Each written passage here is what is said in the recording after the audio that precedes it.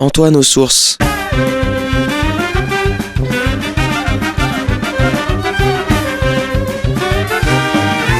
Une émission présentée par Jean-Marie Alafort.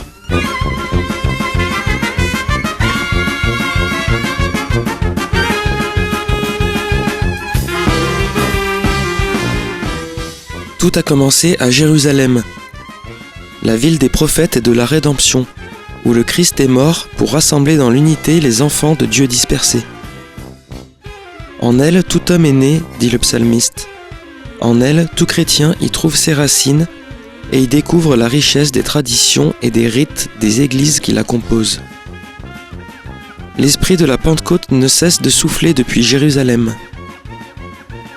La ville sainte se révèle être la mère de toutes les églises. Jérusalem, la cité du grand roi, ouvre ses richesses pour ceux qui savent écouter. Dans le cadre de notre série d'émissions sur les rois d'Israël, nous poursuivons cette semaine notre lecture du premier livre des rois et nous allons voir comment est-ce que Salomon, au terme de sa grande prière devant Dieu, va bénir tout le peuple d'Israël.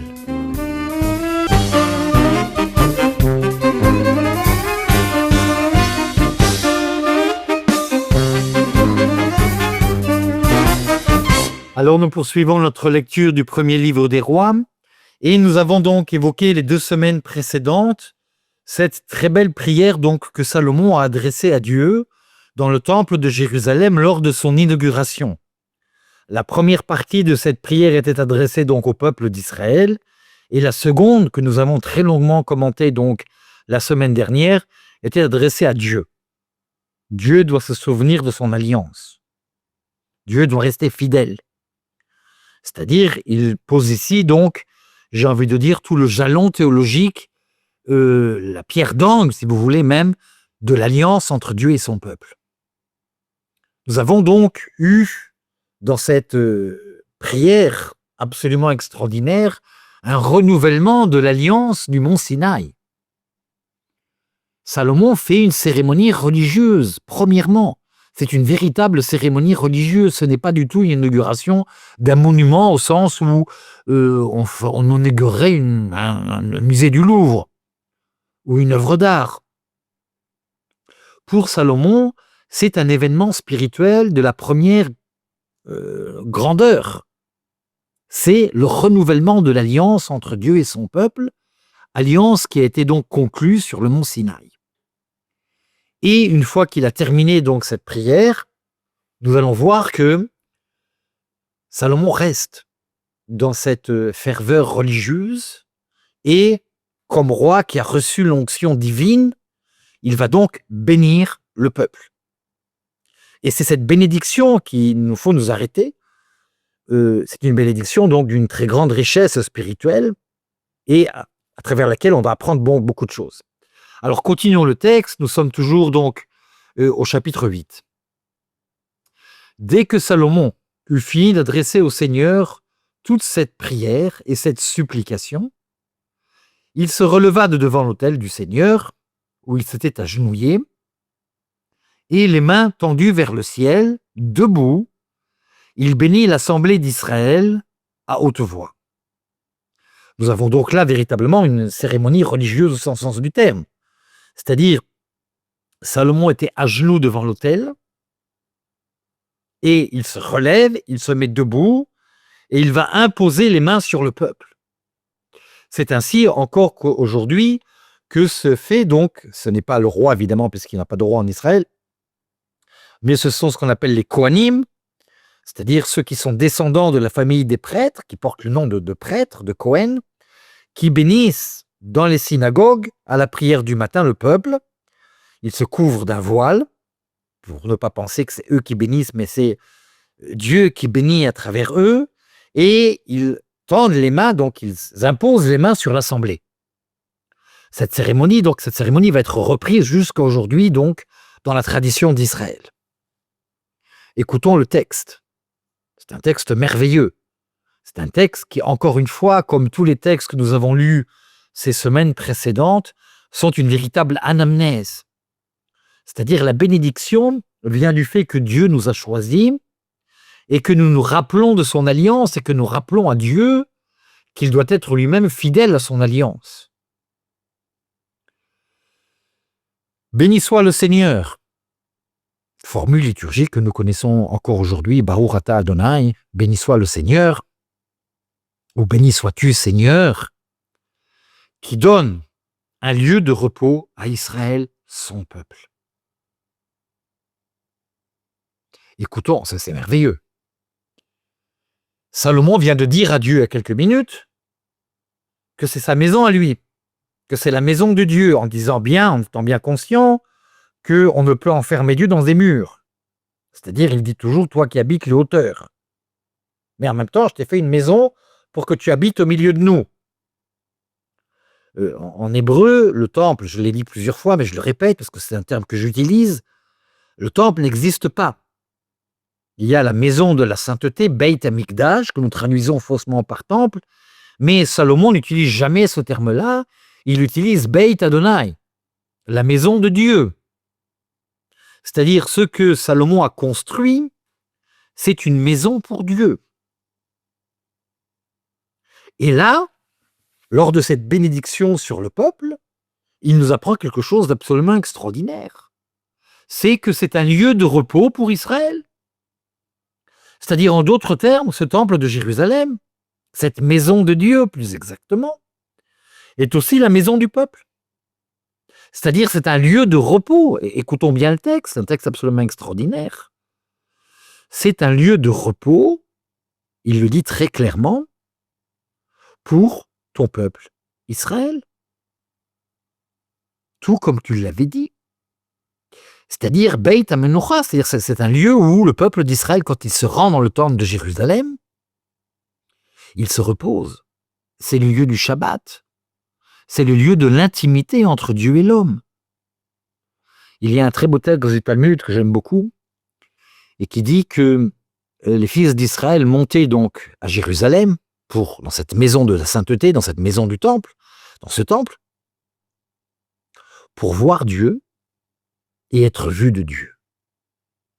Cette réciprocité qui est profondément inscrite dès l'origine donc de la construction de cette maison. On va à Jérusalem pour voir Dieu et être vu de Dieu. La vision. Thème que reprendra très fortement d'ailleurs l'évangéliste Jean, qui est vraiment l'évangéliste de la vision, du regard, le regard de Dieu sur nous, et le regard de nous sur Dieu. Ça va dans les deux sens. Et là, nous avons les deux éléments. C'est une maison de repos pour Dieu, mais c'est une maison de repos pour Israël. C'est le lieu profondément du Shabbat. Et nous parlerons peut-être à un moment, parce que ça va être une extrapolation pour l'instant, du statut juridique du temple de Jérusalem dans la littérature talmudique. Le temple de Jérusalem est une extraterritorialité. On respecte le Shabbat partout, sauf dans le temple de Jérusalem. C'est la maison de Dieu. Donc, le statut du temple de Jérusalem n'a rien à voir du point de vue de la halacha, du point de vue de la loi, avec donc, on fait des sacrifices, on allume du feu, on joue de la musique. C'est-à-dire le jour de Shabbat n'a pas le même statut si on est dans le temple de Jérusalem ou si on est à l'extérieur du temple de Jérusalem. C'est la maison du repos, c'est la maison de Dieu. Continuons le texte. Alors, il va rappeler évidemment ce qui est fondamental, nous l'avons rappelé dans les émissions précédentes, à son peuple, tout comme tu l'avais dit. Aucune des paroles qu'il avait dites par Moïse, son serviteur, n'est restée sans effet. La parole de Dieu est efficace. Quand Dieu promet, il accomplit. Il n'y a pas de double langage chez Dieu. Il a le double langage chez les hommes, mais pas chez Dieu. D'aucune façon et d'aucune manière. Que le Seigneur, notre Dieu, soit avec nous, comme il a été avec nos pères. Qu'il ne nous délaisse pas et ne nous abandonne pas. Là, nous avons un thème fondamentale, n'est-ce pas, j'ai envie de dire, de toute la Bible. Finalement, l'histoire de la Bible, c'est une histoire de relation entre l'homme et Dieu. Ne m'abandonne pas. Ne me laisse pas tomber. Ça devrait être la parole de Jésus avant de mourir. Eli, Eli, lama sabachthani. Pourquoi m'as-tu abandonné? Cette prière qui vient profondément du cœur du Fils de Dieu, à son Père lui-même, est profondément la prière d'Israël. Ne nous abandonne pas, ne nous délaisse pas. Et puis il a continué. Qu'il incline nos cœurs vers lui, pour que nous marchions dans tous ses chemins. Et gardions les commandements. Alors il faut garder les commandements, gardions les commandements, les lois et les coutumes qu'il a prescrits à nos pères. Que ces supplications que je viens de dresser au Seigneur soient jour et nuit présentes devant lui, notre Dieu. C'est-à-dire, il redit à Dieu, tout ce que je t'ai dit, c'est pour que tu te souviennes, jour et nuit. Sois présente devant Dieu. Notre Dieu. Notre Dieu. J'aime beaucoup cette force, n'est-ce pas, spirituelle de cette parole de Salomon. Toujours, il fait cette relation entre nous, notre Dieu, nous sommes notre Père qui est aux cieux. C'est la même réalité spirituelle. La Bible est une entité unique. On ne peut en aucun cas séparer aucune page de la Bible d'une autre. Il y a ici une force spirituelle absolument extraordinaire. Notre Dieu, notre Père qui est aux cieux. Pour qu'il nous fasse droit à son serviteur, ainsi qu'à Israël, son peuple. Cette relation. Selon les besoins de chaque jour. Nous avons là en filigrane la prière du Notre Père. Les besoins de chaque jour, notre pain quotidien. C'est extraordinaire. De telle sorte que tous les peuples de la terre sachent que c'est le Seigneur qui est Dieu. Et là, nous avons évidemment le point d'or, le point culminant, la signification la plus haute du point de vue spirituel du temple de Jérusalem, c'est de proclamer qu'il n'y a qu'un seul Dieu. Nous avons là, alors on parle bien sûr de monothéisme, je n'aime pas du tout ce terme-là, c'est un terme qui existe du point de vue théologique, mais la Bible ne l'utilise pas, il n'est pas connu.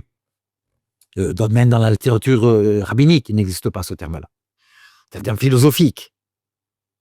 Dieu est un, il est unique, il n'y a pas d'autre Dieu. C'est-à-dire la vocation du temple de Jérusalem, pas seulement pour le peuple d'Israël, il y a ici une part d'universalité absolument extraordinaire, pour que tous les peuples de la terre, pas tous, sachent que c'est le Seigneur qui est Dieu. Adonai ou Elohim. Adonai ou Elohim. Ce même verset de l'Écriture, nous l'entendrons beaucoup plus tard. Sur le mont Carmel, quand le prophète Élie, face aux prêtres de Baal, va leur rappeler cette vérité que vient de dire Salomon. Il va reciter le texte de Salomon. Souvenez-vous de l'histoire du sacrifice. Il dit aux prêtres de Baal, eh bien, on va demander, donc on va préparer des sacrifices, et puis on va demander donc à Dieu de faire tomber le feu sur le sacrifice, afin que le peuple arrête de boiter, n'est-ce pas, des deux jambes, et des boiteux, qui est Dieu. Et nous nous souvenons tous ce texte merveilleux, n'est-ce pas, où les prêtres donc se torturent, se font jaillir du sang, hurlent devant Dieu. Élie demande sur le sacrifice qu'il a préparé de rajouter de l'eau, et le feu descend sur le sacrifice donc d'Élie, le prophète. Et Élie va prononcer cette phrase, qui est exactement la même que celle que Salomon prononce maintenant devant le peuple d'Israël, dans cette inauguration du temple. Adonai ou Elohim. Le Seigneur est Dieu. C'est-à-dire, c'est la proclamation, encore une fois, de l'ultime monothéisme du peuple d'Israël, c'est-à-dire ce qu'apporte la Bible, le message du peuple d'Israël, c'est finalement, et il a payé très cher dans son histoire, de nous rappeler qu'il n'y a qu'un seul Dieu. Et combien nous sommes tentés, combien nous serons tentés, combien la Bible nous racontera finalement. La Bible, qu'est-ce que c'est que la Bible? C'est une histoire de lutte contre l'idolâtrie. Les hommes, toujours, cherchent à se façonner un Dieu à leur image, qui leur convient, qui nous fait plaisir. On s'arrange, on fait des petits trucs, enfin, on ne veut pas tellement du Dieu d'Israël. Adonai ou Elohim, on n'en veut pas. Le Seigneur est Dieu. Pas le petit Dieu que je me suis fabriqué dans mon tiroir, la petite statuette que j'ai fabriquée et je la sors de temps en temps quand j'en ai besoin. Pas du tout. Et là, nous avons cette proclamation du monothéisme, j'ai envie de dire juif, d'Israël de façon absolument extraordinaire, et c'est Moïse qui le prononce lors de cette inauguration du temple.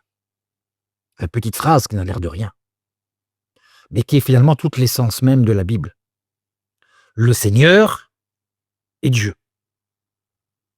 Et, pour ne rien oublier, avec cette dimension qui va être la dimension finalement fondamentale du temple de Jérusalem, rappelons-le pour ceux qui ne connaissent pas ces traditions, le temple de Jérusalem n'a jamais été un lieu réservé, contrairement par exemple, on peut pour certaines religions, n'est-ce pas?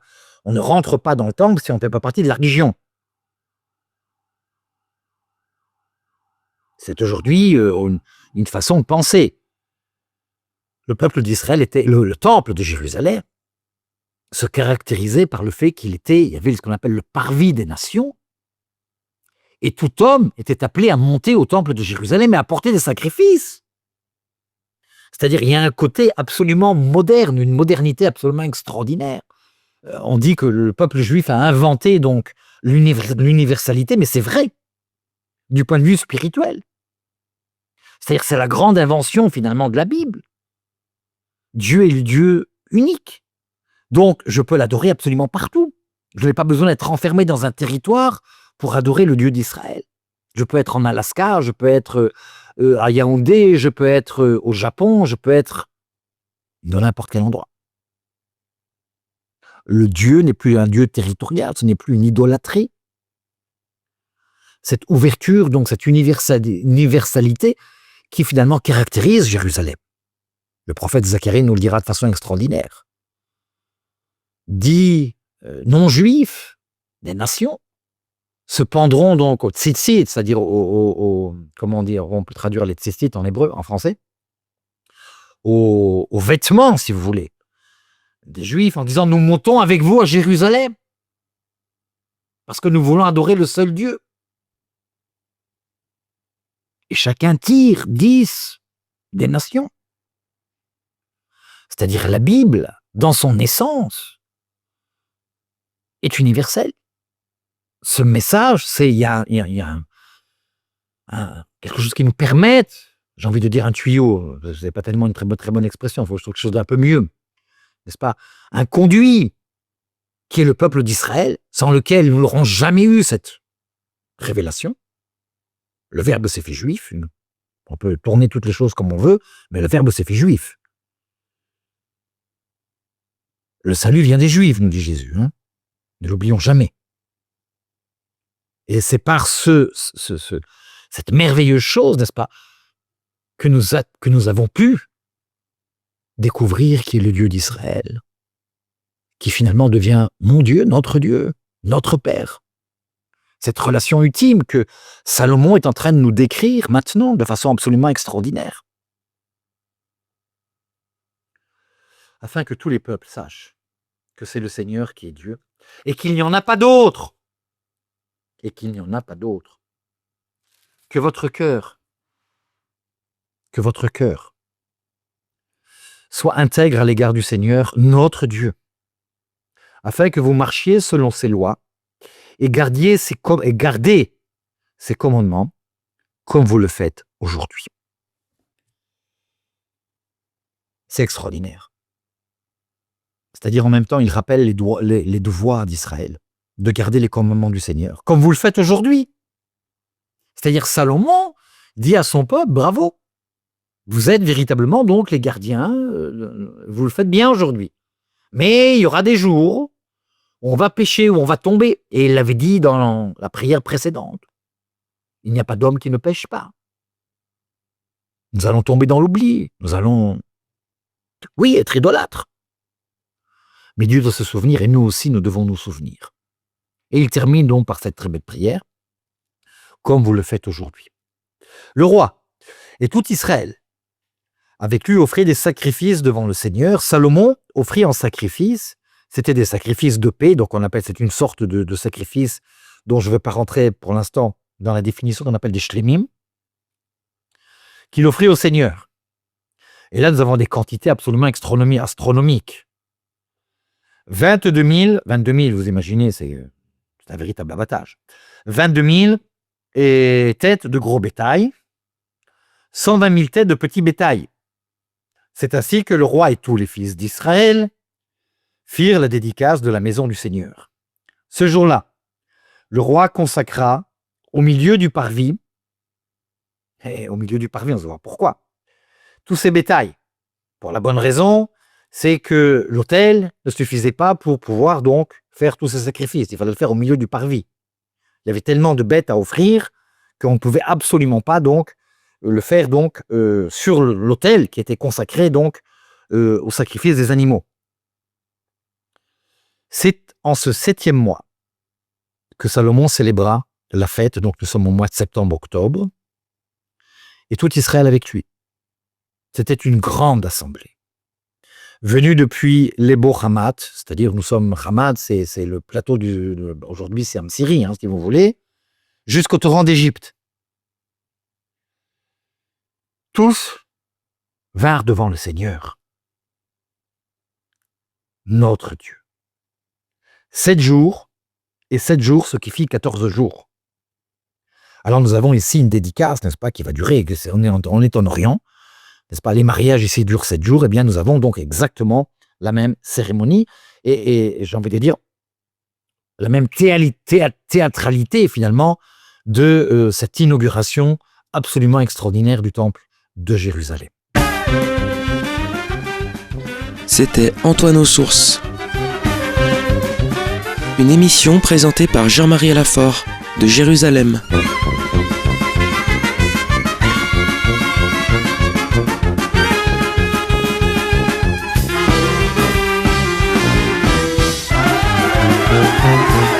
Dans le cadre de notre série d'émissions sur les rois d'Israël, nous avons poursuivi cette semaine notre lecture du premier livre des rois et évoqué longuement la bénédiction que Salomon a prononcée sur tout le peuple d'Israël le jour de l'inauguration du temple de Jérusalem.